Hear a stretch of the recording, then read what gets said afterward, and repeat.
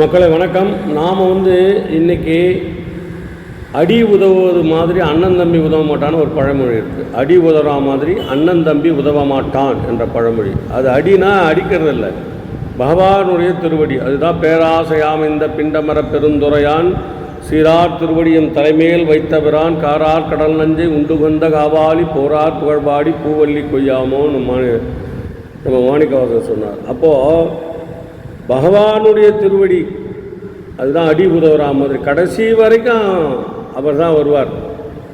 கடைசி வரைக்கும் தாய் தந்தை மாமன் மச்சான் யாரும் வரமாட்டாங்க, அண்ணன் தம்பி யாரும் மனைவி மக்கள் யாரும் வரமாட்டாங்க. கடைசி வரைக்கும் நம்முடன் வருவது பகவான் தான். அதனால தான் அடி திருவடி பகவானுடைய பாதம். அதுதான் அடி.